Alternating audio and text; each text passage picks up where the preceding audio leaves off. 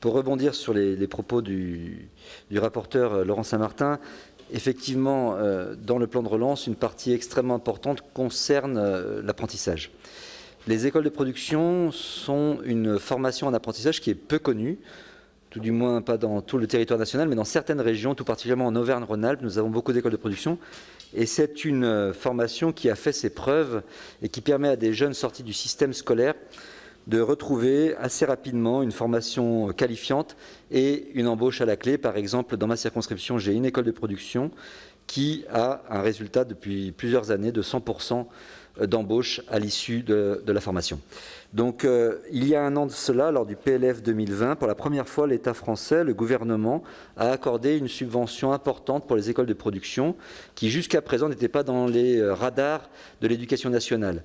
Donc, nous avons réussi à obtenir, grâce à Muriel à l'époque, une subvention conséquente qui sera normalement renouvelée, je crois, pour le PLF 2021. Néanmoins, ces écoles de production, comme elles fonctionnent très bien, comme elles ont de plus en plus de succès, il se trouve qu'elles ont réussi à créer 3 nouvelles écoles de production, ex nihilo, et en plus de cela, dans les écoles de production existantes, il y a de nouvelles classes qui ont été créées.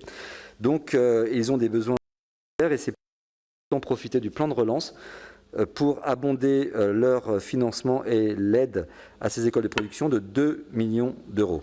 Je vous remercie.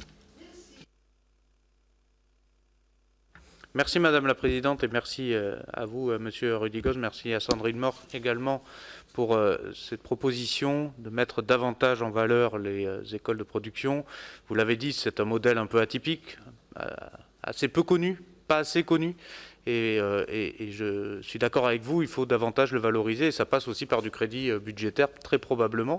Nous l'avons fait l'an dernier, comme vous l'avez dit, avec la mission travail qui avait été augmentée de plus de 4 millions d'euros là-dessus, sur ce sujet-là. Nous devons continuer l'effort, je le partage.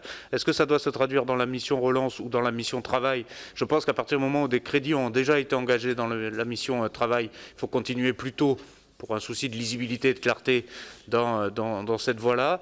La rapporteure spéciale, Madame Verdier-Joucla, pourra, je crois, vous répondre sur sa volonté partagée d'avancer sur ce dossier-là avec la ministre du Travail, Elisabeth Borne. Donc je vous renvoie un petit peu, sans vouloir botter en touche, à la mission Travail avec Madame Verdier-Joucla, mais en tout cas, je partage.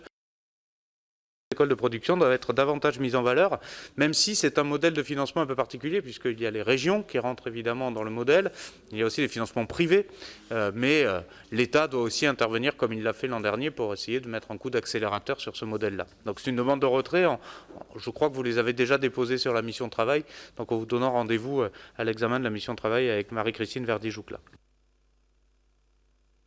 Alors, Monsieur Alauzet.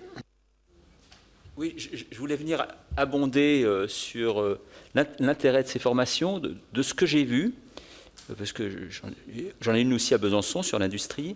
C'est là que j'ai vu le plus gros saut, la plus grosse progression entre des jeunes, mais vraiment complètement décrocheurs, c'est-à-dire en marge de la société, en échec complet, culturel, intellectuel, social, et en quelques mois, finalement, arriver à acquérir non seulement une compétence, mais à déboucher sur un emploi. Alors, ce sont des petits effectifs, les conditions sont absolument privilégiées, évidemment, mais le saut que font ces jeunes est absolument extraordinaire. Voilà. Donc je voulais renforcer la demande.